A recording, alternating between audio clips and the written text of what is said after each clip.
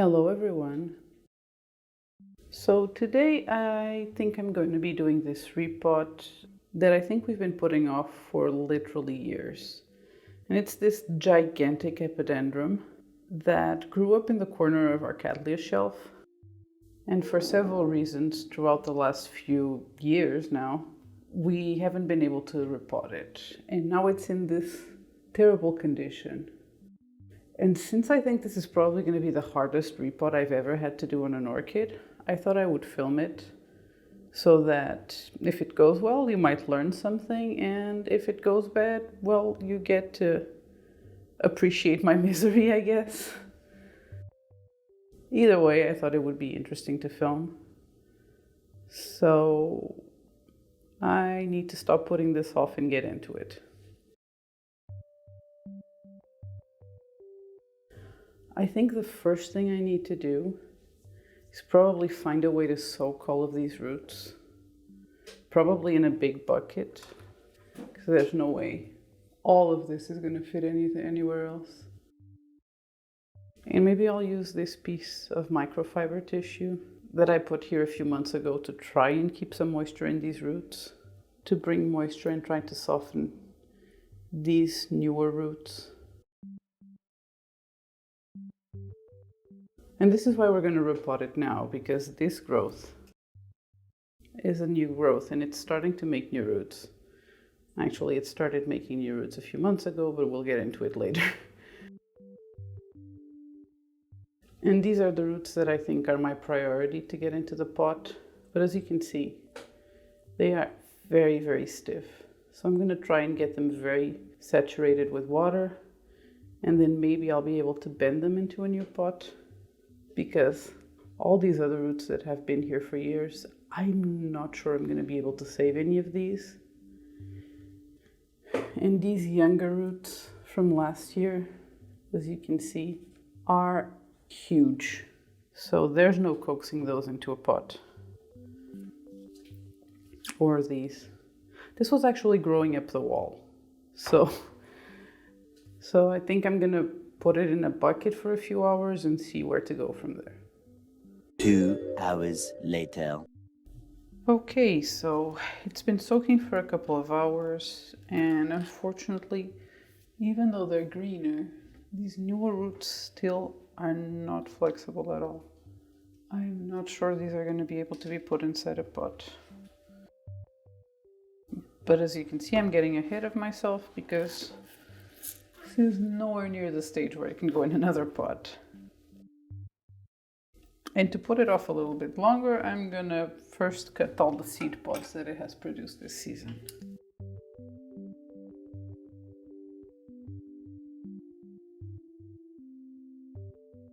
I think the first step is gonna have to be to at least try and pull the pod out of here.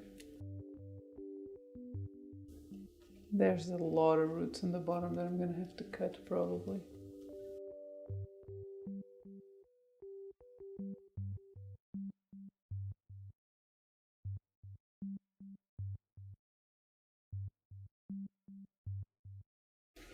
Let's see if we can now try and pull it out of the pot. Oh, there's no way.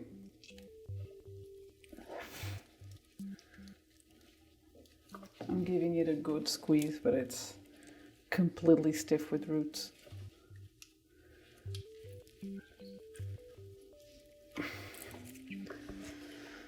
I was trying to see if we didn't have to cut the pot.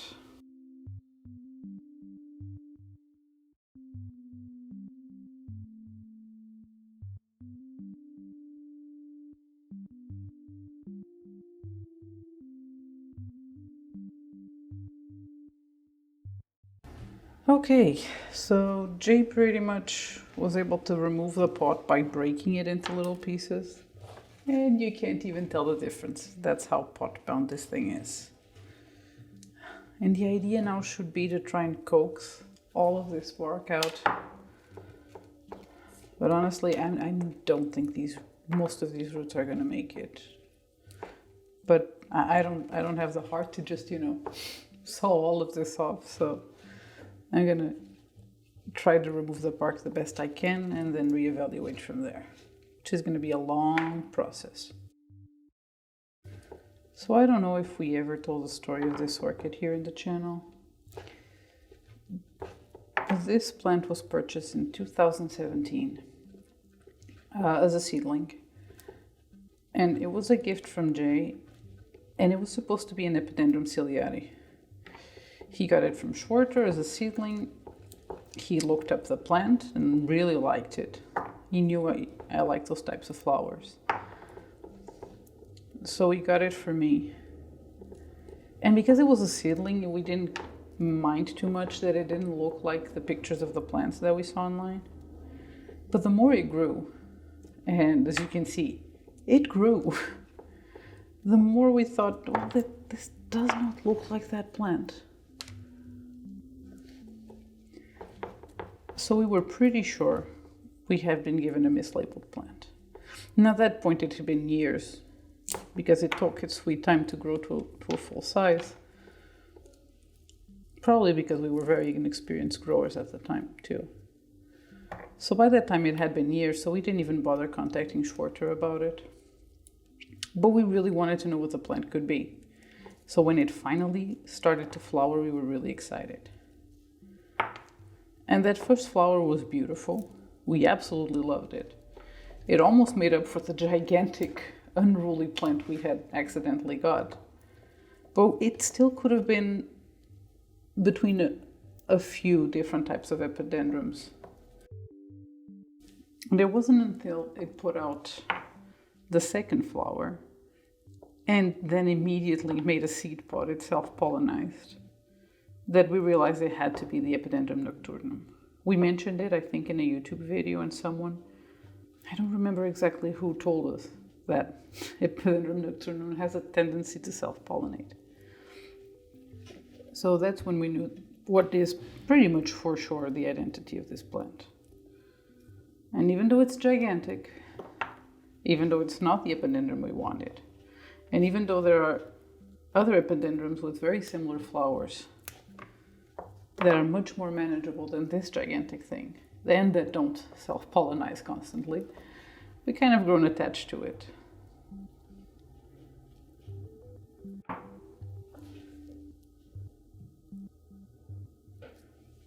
And that first seed pod, we actually ended up sending to Matt from Matt by Nature.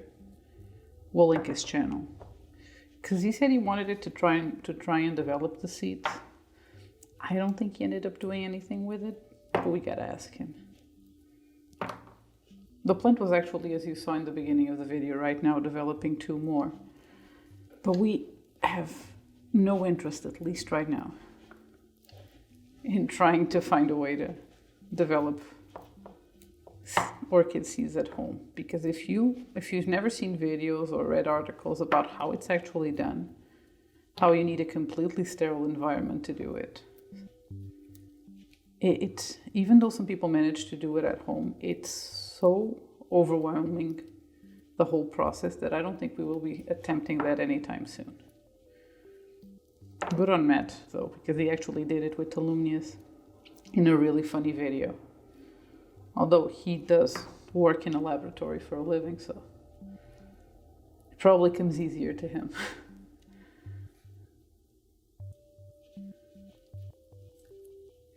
So that's why we chose to just cut off the seed pods. They're draining the plant from energy.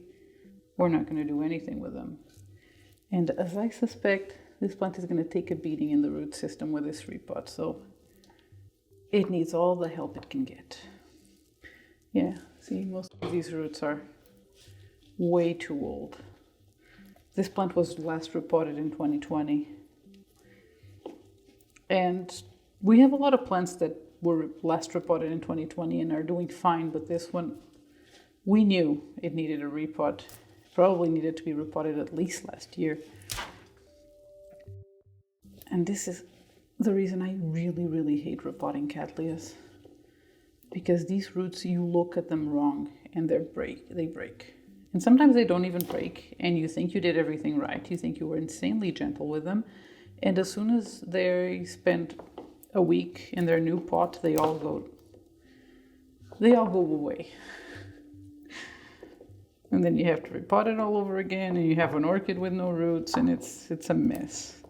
If there's a plant, if there's an orchid that every time I have to repot one, I think, why don't I just use leca?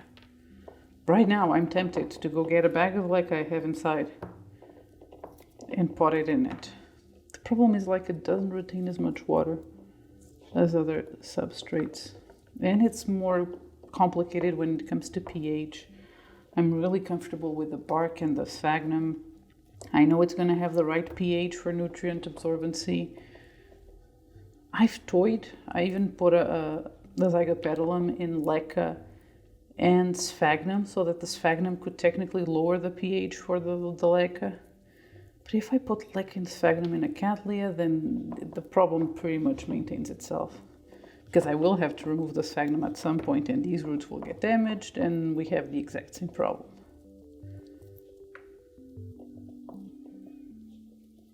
But yes, I am tempted to try and put one of my more resilient Cattleyas into just leca and just see what happens.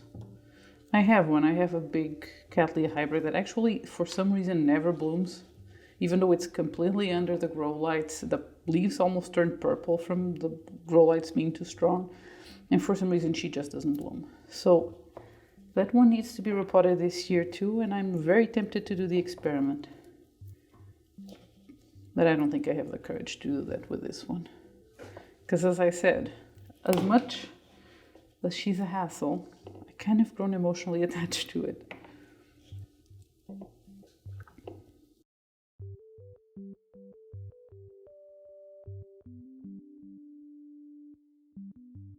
But the reason we haven't repotted this plant for a long while, even though I had been needing it, wasn't just procrastination.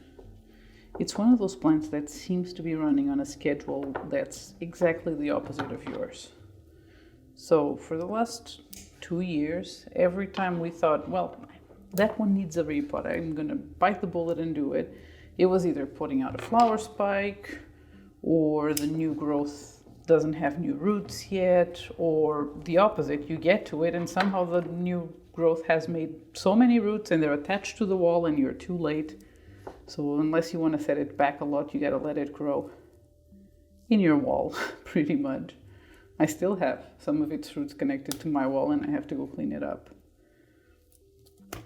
So this was the time that we found that enough was enough and we're gonna do it now. The 2 flower spikes that it produced this year, well, 2 out of the 3 were just with seed pods that needed to be cut. The 3rd one actually burned up against our grow lights and never ended up developing.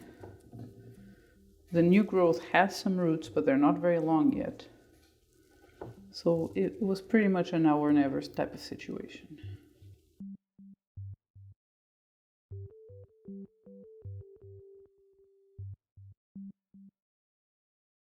This is where we've got so far. It's not great, but we're going to keep working at it and hopefully finish the repot.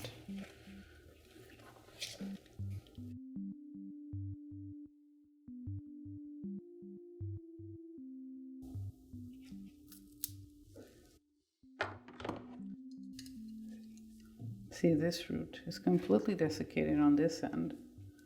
But if you were looking at here, completely alive, so that's another root that's not going to make it.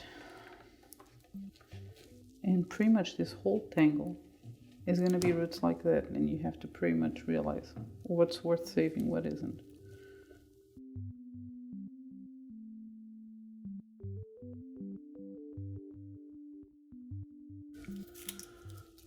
Okay, so I'm going to have to try and roll this around. Oh boy.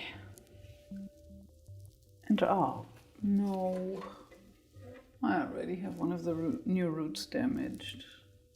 Damn it.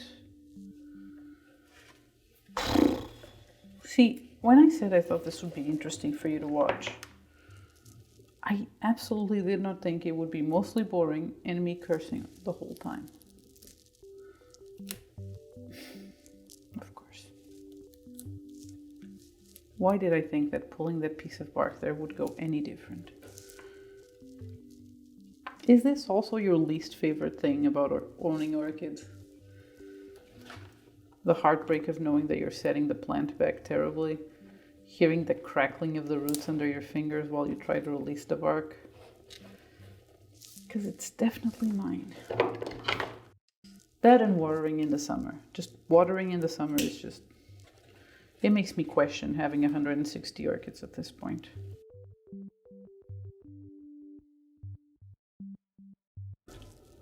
And I just realized right now that I don't have the large bark I'm going to need for this repot.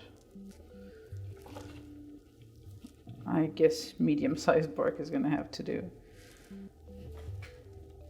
It's really annoying because for the last few years, we've been using bark from Orchiata, which is really good. It lasts a really long time. Our orchids have been doing excellent on it, and now all of a sudden it's not being sold in Europe anymore. We talked to our national importer, which is also a store where we buy a lot of orchids, and they told us it's just something to do with import laws. I don't know if the brand stopped existing because they couldn't import this type of bark to manufacture it at all, or if it's just a problem with importing the article to Europe. I know that when you go to the Best Grow website, I don't think you can find the product there anymore. So it might really be the case that it just doesn't exist anymore, which is a shame because it was a great product and now we don't really have a brand of bark to use.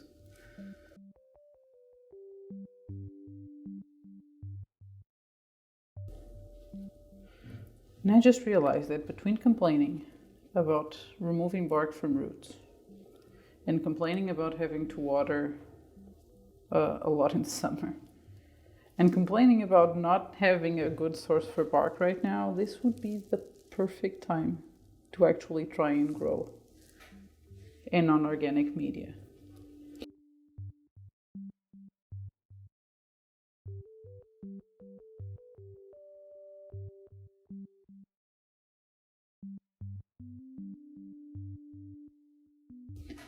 Just realized that the tag for this orchid has been embedded in the roots for so long that it still says Epidendrum ciliare. Oh well.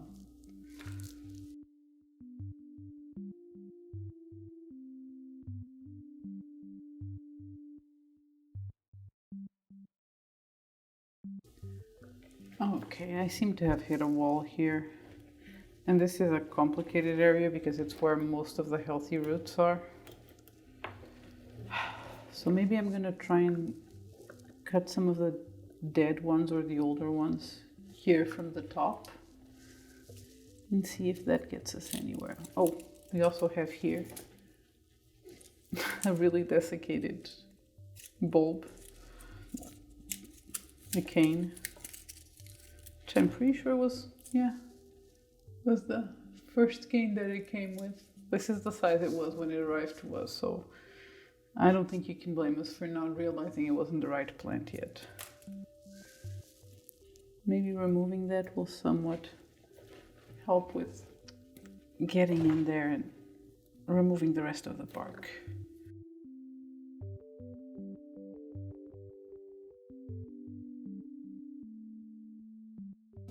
Okay, I think at this point we're just left with a choice where we have these roots, and if you touch them, they're alive, but they're also wrinkly and kind of kinked.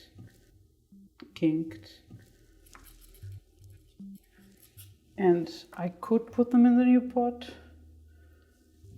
but I am kind of afraid they're just going to wither and die because Cattleya, or Cattleya types, considering this is an epidendrum, have a certain ugly tendency to drop their old roots when they get disturbed. These roots are definitely disturbed.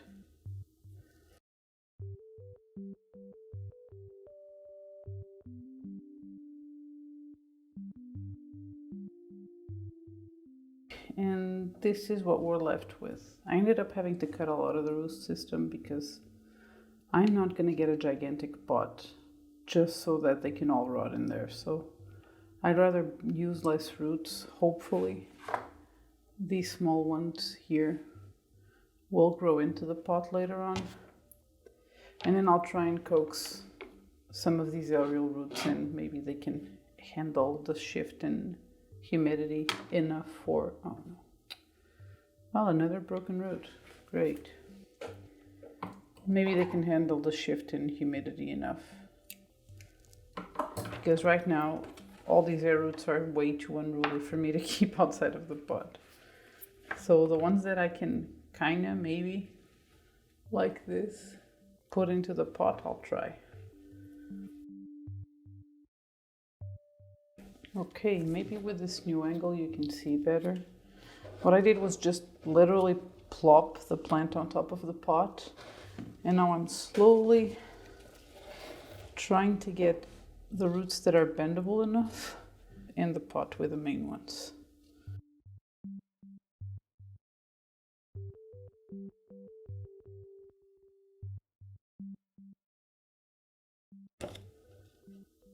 And it's still gonna look like a mess because a lot of these roots are just arching here. Oh, you can't see, but the plant is hitting the shelf on top.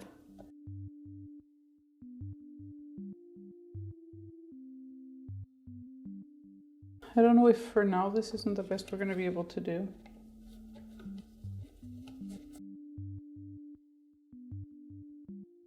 We got some of the new roots in there. So yeah, now I need to find a way to put the bark in.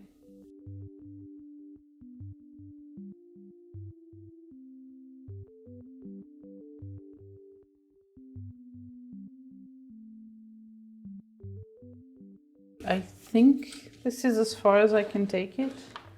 We still have a few air gaps in here, but honestly, considering I'm using smaller bark, that might not be a bad thing. Especially because I just realized what I'm using is not an actual orchid pot, it's just some sort of Tupperware we drilled holes into at some point. I think for a dendrobium that needed a really specific size of pot, and we just had this laying around and Jay drilled some holes into it. It fits this perfectly, but usually with these DIY pots that have a flat base, they tend to accumulate water at the bottom a lot more. So I think that having air gaps might not be the worst thing.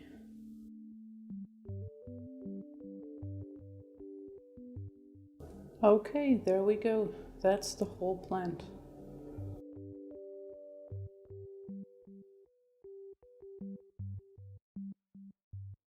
I hope it does well there. This probably was the hardest repot I ever had to do. I was expecting it, but still.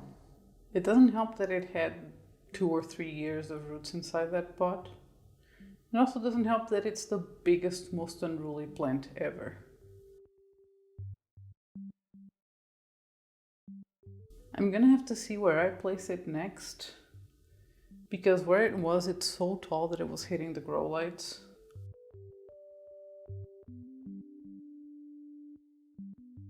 I would also love to take this opportunity to thank everyone who subscribed to our channel. We just hit 500 subscribers, which I know in the world of YouTube is not a lot, but we do this for fun, and we really, really enjoy when people like to watch our videos and appreciate the work we put into them. So the fact that there's 500 people who decided that our videos were good enough to subscribe really made us happy.